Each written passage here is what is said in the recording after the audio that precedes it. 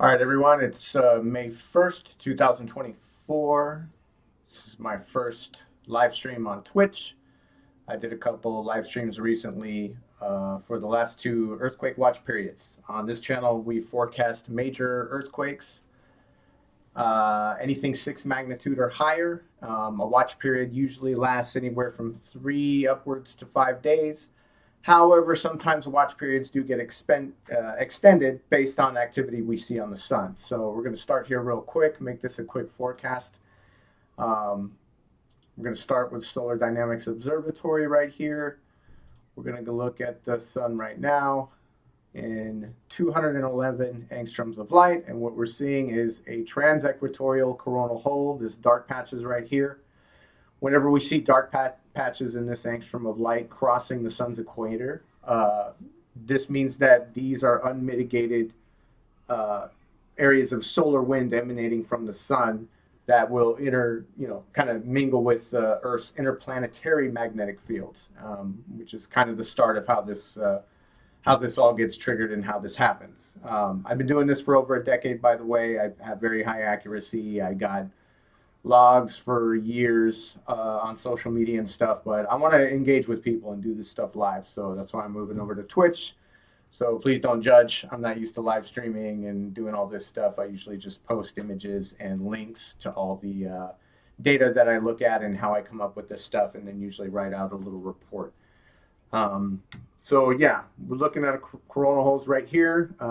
One watch period just ended a couple days ago, if not only a day ago, and we're starting another one up. So as soon as these dark coronal holes that are either near or crossing the sun's equator, when it gets to the center line here, it means it's directly facing Earth. So these are directly facing Earth, and the forces from these coronal holes take a couple days sometimes to get to Earth because it's so far away. So um, so sometimes it only takes a few days. Sometimes it starts influencing the interplanetary magnetic fields when it's all the way over here. Sometimes it doesn't. But usually the window is about 3 days. So we should be expecting to see the forces from this coronal hole soon, but we're already still kind of feeling the effects from the previous coronal hole that was right behind this one. So when they're back to back like that, there's no way to discern which major earthquake events are triggered by one set of coronal holes or the other. So we just extend the watch period. So we're on an extended watch period. So we start here, we see that, that's fine. That's on a Solar Dynamics Observatory, SDO. These are all free resources you can get. Free satellite data. You can get this all day long. All you need is an internet connection. I will show you how to use them. So, and we can see here, this is of this, that coronal hole is from the solar polar field on the south pole of the sun. That's extending all the way upward. See, if it's on the top, it's red. The colors actually depict the polarity of the electromagnetic forces. So green is positive, red is negative. And at this, at the current area of the solar cycle that we're in, negative happens to be on the North Pole, but it's not always on the North Pole. Sometimes it's on the South. And so this is a positive electromagnetic forces, and this is from NSO Gong. This is another free resource you can check out. It's gong.nso.edu. This is just a modeling. This is not actual like live data. It's models based on the live satellite data we have. So just throwing that out there too. So then what we're going to look for here is the daily OLR anomalies. These are outgoing long wave radiation anomalies, which are essentially charged waves that are coming upwards from the Earth's surface and even underneath the Earth's surface, emanating upwards slowly towards the atmosphere, where they'll meet with these forces that we see from these coronal holes. So how do we know where these forces are, where these forces are going to be the strongest on the Earth? So we go over here to the wind maps. This is earth.noschool.net.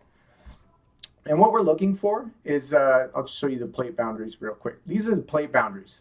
So, as you should know, tectonic plates in the Earth, these massive plates, these are the plate boundaries. These red lines right here, these dark red lines right here are the plate boundaries. These are the boundaries where one plate meets another, and that's where we get the most earthquake activity. See, almost all these earthquakes, they occur right on plate boundaries. You see, right on them or near them. Not always, sometimes they're a little off to the side and stuff, but a vast majority of all the earthquakes we see, especially the major ones, occur on plate boundaries. So what we want to look for is two things. Well, there's a few things. We start with the coronal hole. Once we see that, we go over here, and this doesn't really help out too much, something I like to do, but try to keep it simple here. So we're looking for, let me move this over here actually. So this gray area are high pressure cells. These are pressure cells that are high up in the Earth's atmosphere. And they're bringing down all these charged particles that we get from space.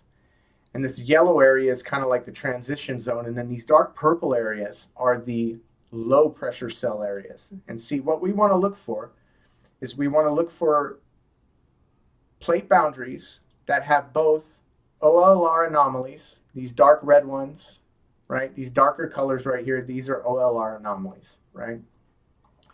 We want to look for those. And then we want to look for low pressure cells near plate boundaries that have OLR anomalies near them. That's a real basic sort of understanding of it. So we just got one in Papua New Guinea right there, and that happens to be on the map. So we'll come back to the United States and California, which is where I live. So right here, where we had that big one just now, right? There's low pressure cells in this area. You have all this low pressure, all these charged particles just swimming right over here.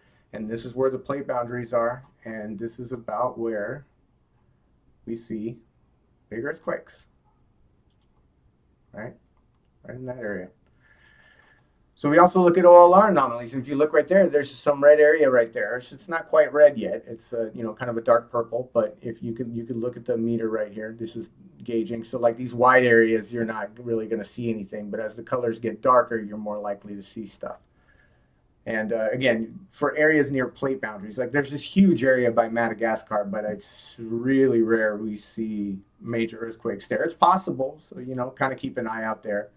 But I don't know how likely it is. I would almost say there's a bigger chance, even though not a large one, but there's a slightly larger chance right here in, I think this is Saudi Arabia, because we have an anomaly right there.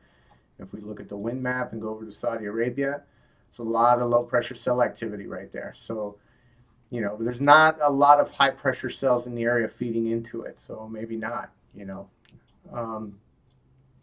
This low pressure cell, see these cells, they move. This is a wind map, so like they could change location. This is another reason I wanted to do these live streams, is I post a forecast and the locations will change inevitably over a 3 or 4 day period because the low pressure cells move areas, as well as these OLR anomalies. They change areas of thickness and clustered up, concentrated areas of charged particles emanating upward.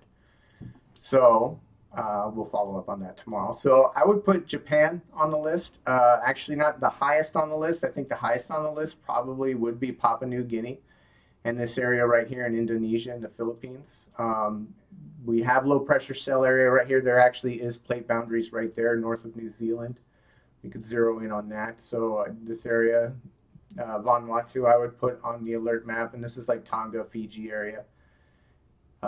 Definitely put some watch there. Since we have these are deep quakes right here. You see like 100 kilometers. Anything over like 100 kilometers is really deep. And that's sometimes, not always, but when we see them clustered up like this over a couple-day period, that's sometimes a sign of a larger event that's going to occur closer to the surface, so like 30 kilometers. And see, this is right off the coast where they have their plate boundaries. So I would put Chile and Argentina on watch too, west coast of South America. So we covered this area. And up here, this is what I wanted to get to. California is really hard to forecast. The last major earthquake we have, I did accurately forecast that one a few days beforehand. It's harder because the subduction zone is the area in between where two plates are colliding.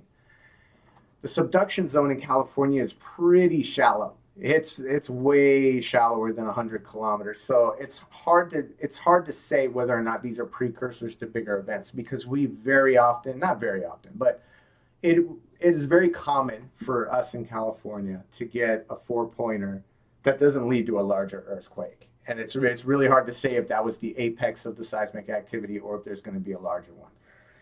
But, however, since this is a 4-pointer, it could be a precursor. Anything less than a 4.0 magnitude, I don't really consider it a precursor. I don't think it's necessarily a precursor, but since this is 4 magnitude, we're going to look over here at the OLR anomalies and make sure I got the most recent one. Yeah, that's the daily. Yeah. So possibly, but when we look at the wind map, what do we see? We see this high pressure cell right here getting all those charged particles from space, bringing them down through that yellow zone in that middle area right into these purple areas. This is the low pressure cells. So all those charged particles, where do they go? They go right here. See, this is Los Angeles right here. This is about where Corona is. See where that white stream of, zoom in a little closer there, that stream of white lines, that is all those charged particles coming from the upper atmosphere to the middle atmosphere right into these low pressure cells. So all the way even down here into Baja California, because there's plate boundaries here. There's a lot of fault lines there. So, and that's right where we got that Corona earthquake. Look at that. That's a very accurate method. It's not 100%. I typically call these forecasts because you can't predict lightning strikes. That's one way I like to compare it, is that like I can forecast major earthquakes and I can get it right, 90% of the time. I'll usually get a hit, almost always get a hit. However, what I can't tell you is exactly when and in what city and at what intersection that the earthquake is going to happen precisely. In the same way that a weatherman can say, hey, there's going to be tropical storms in a 1,000-mile radius of this area, lightning strikes are possible.